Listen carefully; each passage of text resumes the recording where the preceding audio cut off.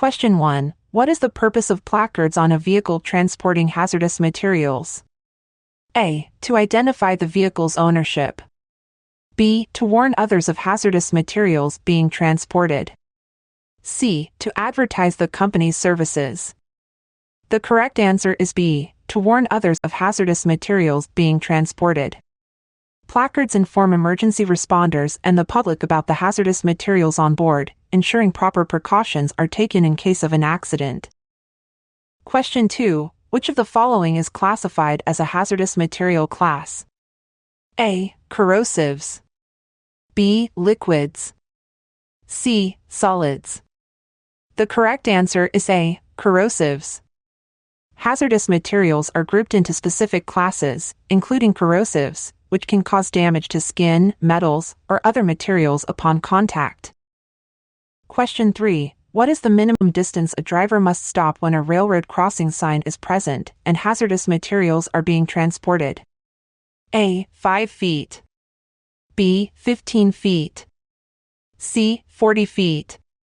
The correct answer is B. 15 feet. Drivers transporting hazardous materials must stop within 50 feet from railroad crossings, with the minimum distance being 15 feet, to ensure the safety of their cargo and prevent accidents. Question 4. If a hazardous materials spill occurs, what is the best step the driver should take? A. Try to clean the spill themselves. B. Notify emergency services immediately. C. Continue driving to the nearest emergency center. The correct answer is B. Notify emergency services immediately.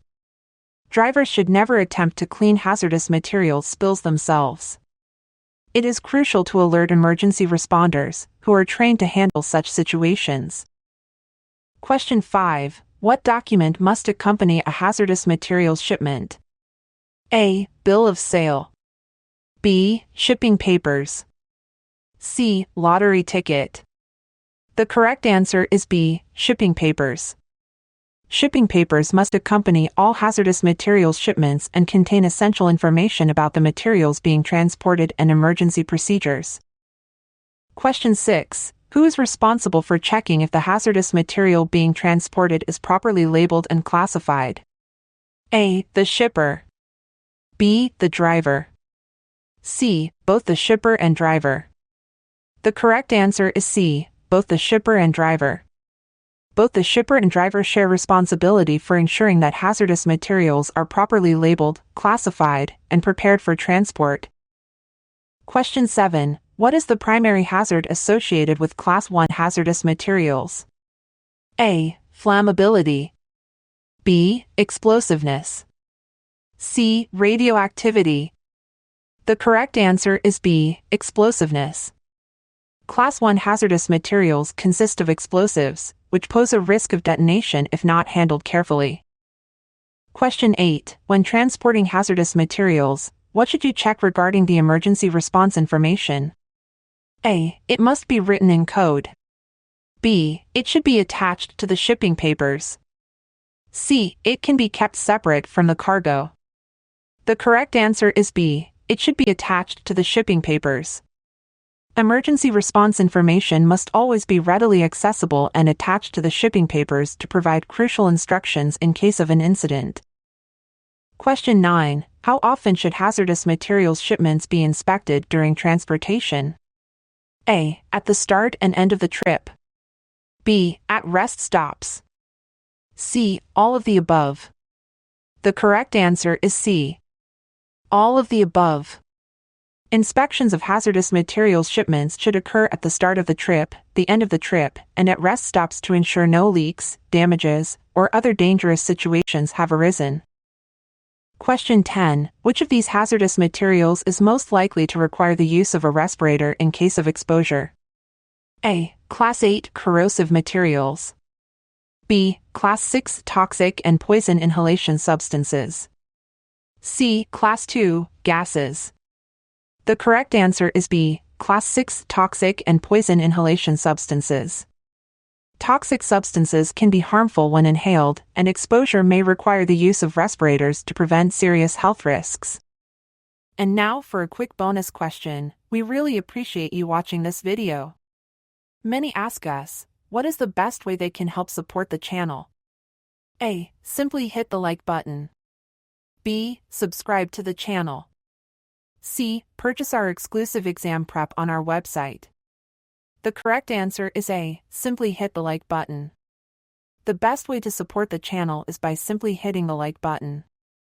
Although subscribing would also help, we just wanted to take a moment to let you know we appreciate you watching this video very much, and we sincerely hope you pass your upcoming test. Question 11. What should you do if your vehicle transporting hazardous materials catches fire? A. Try to put out the fire yourself by blowing it out.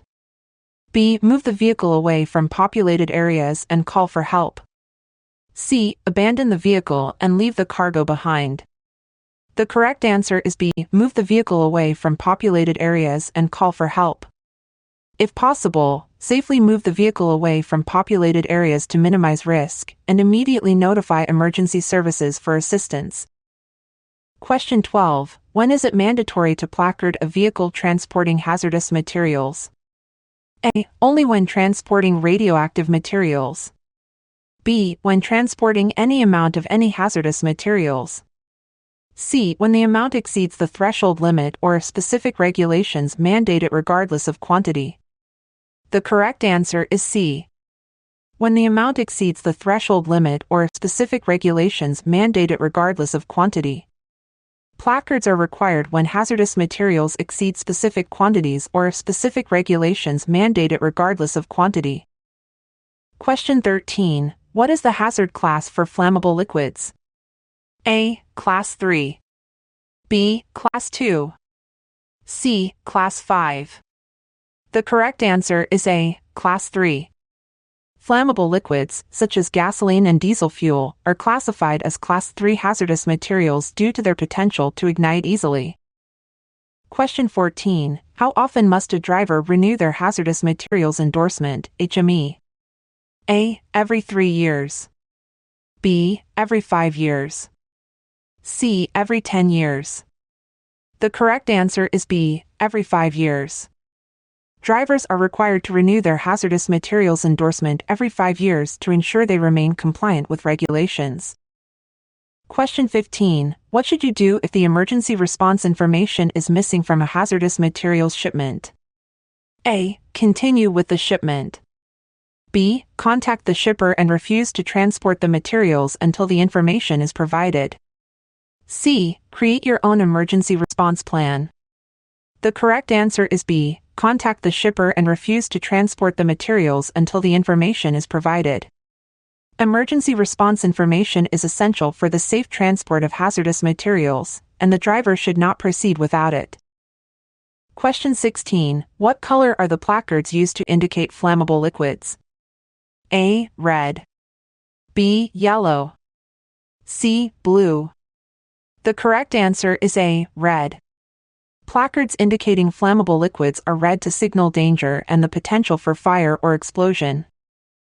Question 17. Which of these should you do before loading or unloading a tanker that contains hazardous materials? A. Turn on your vehicle's engine. B. Make sure the parking brake is set. C. Honk your horn. The correct answer is B. Make sure the parking brake is set. Always make sure to set the parking brake to ensure the vehicle does not move. Question 18. What must a driver have when transporting hazardous materials in an interstate shipment? A. A valid commercial driver's license. B. A hazardous materials endorsement, HME. C. Both a valid commercial driver's license and HME. The correct answer is C.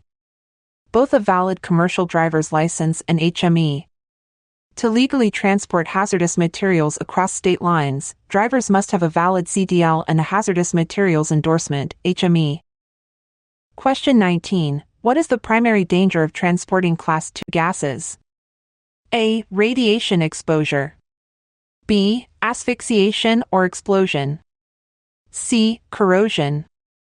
The correct answer is B. Asphyxiation or explosion. Class 2 gases, such as propane, can displace oxygen or explode under the right conditions, making them extremely dangerous. Question 20. What is required when transporting hazardous materials through tunnels or over bridges? A. Additional permits.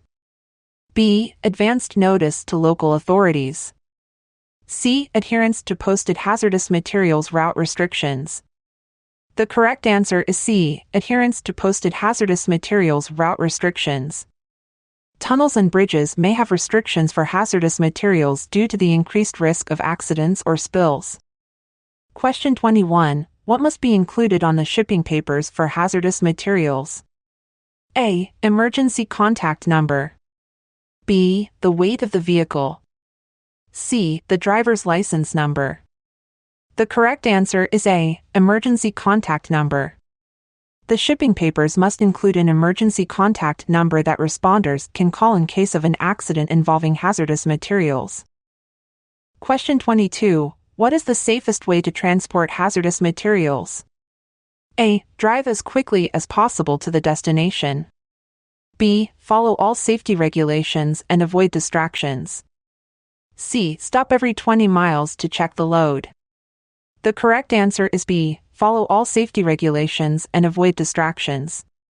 Transporting hazardous materials safely requires strict adherence to regulations and staying focused on the road. Question 23. What should you do if you are transporting hazardous materials and are involved in an accident? A. Text your dispatcher a sad emoji. B. Call emergency services immediately and provide the shipping papers. C. Attempt to clean any spills before help arrives. The correct answer is B. Call emergency services immediately and provide the shipping papers.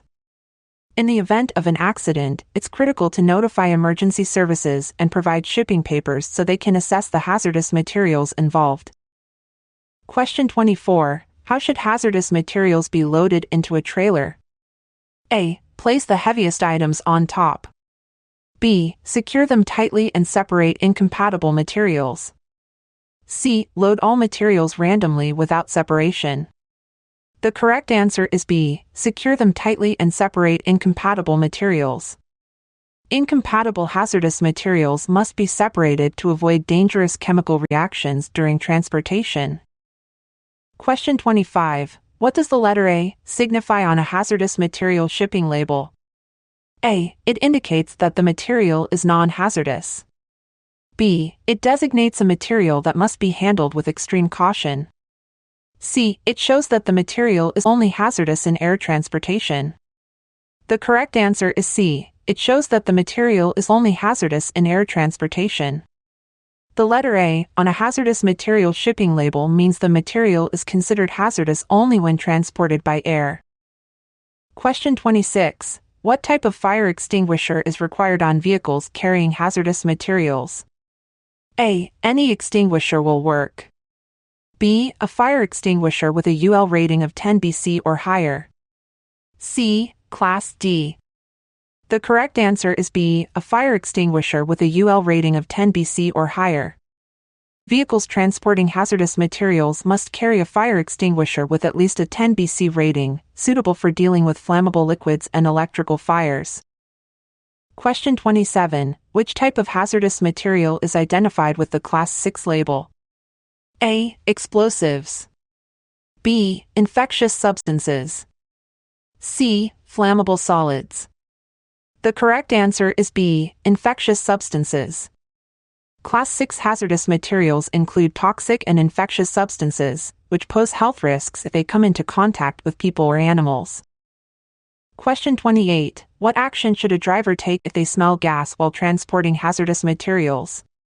A. Open all windows and continue driving. B. Stop the vehicle immediately and check for leaks. C. Call the shipper to ask for instructions. The correct answer is B. Stop the vehicle immediately and check for leaks.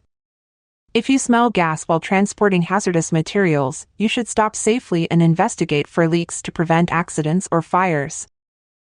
Question 29. How many different hazard classes are recognized in the transportation of hazardous materials? A. 6 classes. B. 9 classes. C. 12 classes. The correct answer is B. 9 classes. There are 9 different hazard classes for transporting hazardous materials, each representing a different type of risk. Question 30. What does a Class 5 placard indicate? A. Explosives. B. Oxidizers. C. Radioactive materials. The correct answer is B. Oxidizers. Class 5 placards indicate the presence of oxidizers, which can cause or contribute to the combustion of other materials. Question 31. What must a driver transporting chlorine in cargo tanks have? A. A destination to a swimming pool. B. A bathing suit. C. An approved gas mask. The correct answer is C. An approved gas mask. A driver transporting chlorine in cargo tanks must have an approved gas mask in the vehicle. Question 32. Which of the following is classified as a Class 9 hazardous material? A. Explosives. B. Miscellaneous hazardous materials. C. Corrosive liquids. The correct answer is B. Miscellaneous hazardous materials. Class 9 includes hazardous materials that do not fit into other specific categories, such as environmentally hazardous substances. Question 33. What does the number 2 in a diamond-shaped hazard label indicate?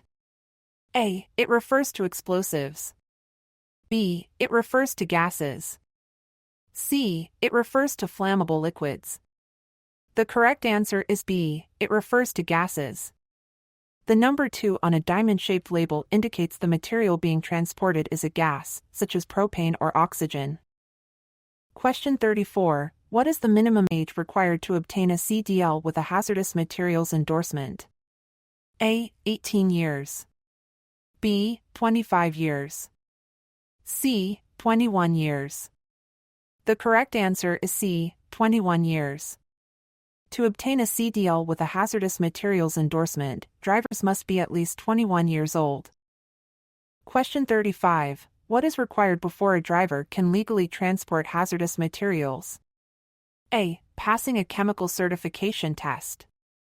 B. Passing a hazardous materials endorsement test. C. Passing a shipping papers certification test. The correct answer is B. Passing a hazardous materials endorsement test. Drivers must pass the hazardous materials endorsement test to demonstrate their knowledge of handling and transporting hazardous materials. Question 36. What does ERG stand for in the context of hazardous materials transportation? A. Emergency Response Guidebook. B. Environmental Regulation Guide. C. Emergency Rescue Group. The correct answer is A. Emergency Response Guidebook. The ERG, or Emergency Response Guidebook, provides critical information for first responders dealing with hazardous materials incidents. Question 37. What should you not do when driving across railroad tracks? A. Stop 15 to 50 feet before crossing. B. Proceed if you are sure no train is coming. C. Shift gears while crossing the tracks. The correct answer is C. Shift gears while crossing the tracks. When driving across railroad tracks, do not shift gears. Question 38. Which of the following hazardous materials must be transported in a sealed container? A. Class 7 radioactive materials. B. Class 3 flammable liquids. C. Class 6 toxic substances. The correct answer is A. Class 7 radioactive materials. Radioactive materials require special sealed containers to prevent exposure and leakage. Question 39. When transporting hazardous materials, what are some stops where you should check the cargo and placards during a trip? A. At every rest stop and after loading or unloading. B. Only at the start and end of the trip. C. Every 5 miles. The correct answer is A. At every rest stop and after loading or unloading. Checking the cargo and placards regularly ensures compliance and safety during transportation. Question 40. What must be done with hazardous materials shipping papers when you are behind the wheel? A. Keep them in a visible location within reach. B. Store them in a locked compartment out of reach. C. It doesn't matter as long as you don't use them as a napkin. The correct answer is A. Keep them in a visible location within reach. The shipping papers must be easily accessible in case of an inspection or emergency. Question 41. If hazardous materials labels become damaged during transport, what should the driver do? A. Replace them immediately. B. Cover them with tape. C. Ignore them if only minor damage is present. The correct answer is A. Replace them immediately. Damaged labels must be replaced to ensure proper identification of the hazardous materials. Question 42. As a professional driver, what are some of your job responsibilities at the scene of an accident or an incident? A. Keep people away from the scene. B. Call for help. C. All of the above. The correct answer is C. All of the above. As a professional driver, some of your responsibilities at the scene include keeping people away from the scene and calling emergency response personnel for help. Question 43. What are the minimum amount of placards typically required on a vehicle carrying hazardous materials? A. 2 placards. B. 3 placards. C. 4 placards. The correct answer is C. 4 placards. Hazardous materials placards must be displayed on all 4 sides of the vehicle for visibility. Question 44. What is the purpose of a hazardous materials security plan? A. To outline how the materials are loaded. B. To reduce the risk of theft or misuse of hazardous materials. C. To ensure the driver's safety. The correct answer is B. To reduce the risk of theft or misuse of hazardous materials. A security plan is required for transporting certain hazardous materials to protect against theft or terrorism. Question 45. Who is responsible for providing placards for hazardous materials shipments? A. The shipper. B. The driver. C. The DOT. The correct answer is A. The shipper. It is the shipper's responsibility to provide the correct placards for hazardous materials being transported. Question 46. Which of the following should always be worn when handling hazardous materials? A. Fire-resistant clothing. B. Personal protective equipment, PPE. C. Uniform provided by the company. The correct answer is B. Personal protective equipment, PPE. Proper PPE, such as gloves and goggles, should be worn to protect against hazardous material exposure. Question 47. Which class of hazardous materials includes oxidizers and organic peroxides? A. Class 1. B. Class 5. C. Class 8. The correct answer is B. Class 5. Class 5 materials are oxidizers and organic peroxides, which can cause or contribute to the combustion of other materials. Question 48. What is the main hazard associated with Class 7 materials? A. Flammability. B. Radioactivity. C. Corrosion. The correct answer is B. Radioactivity. Class 7 materials are radioactive, posing a risk of harmful radiation exposure. Question 49. What should you do if you discover your hazardous cargo is on fire and you are unable to use your cell phone or CB to call for help? A. Open the doors to the cargo to see how bad it is. B. Send someone else for help. C. Keep driving until you find a phone booth. The correct answer is B. Send someone else for help. If you are unable to use your cell phone or CB for help, it is best to send someone else for help if possible. Their cell phone may not work in the area either, but they can still drive to an area to call for help or to emergency personnel.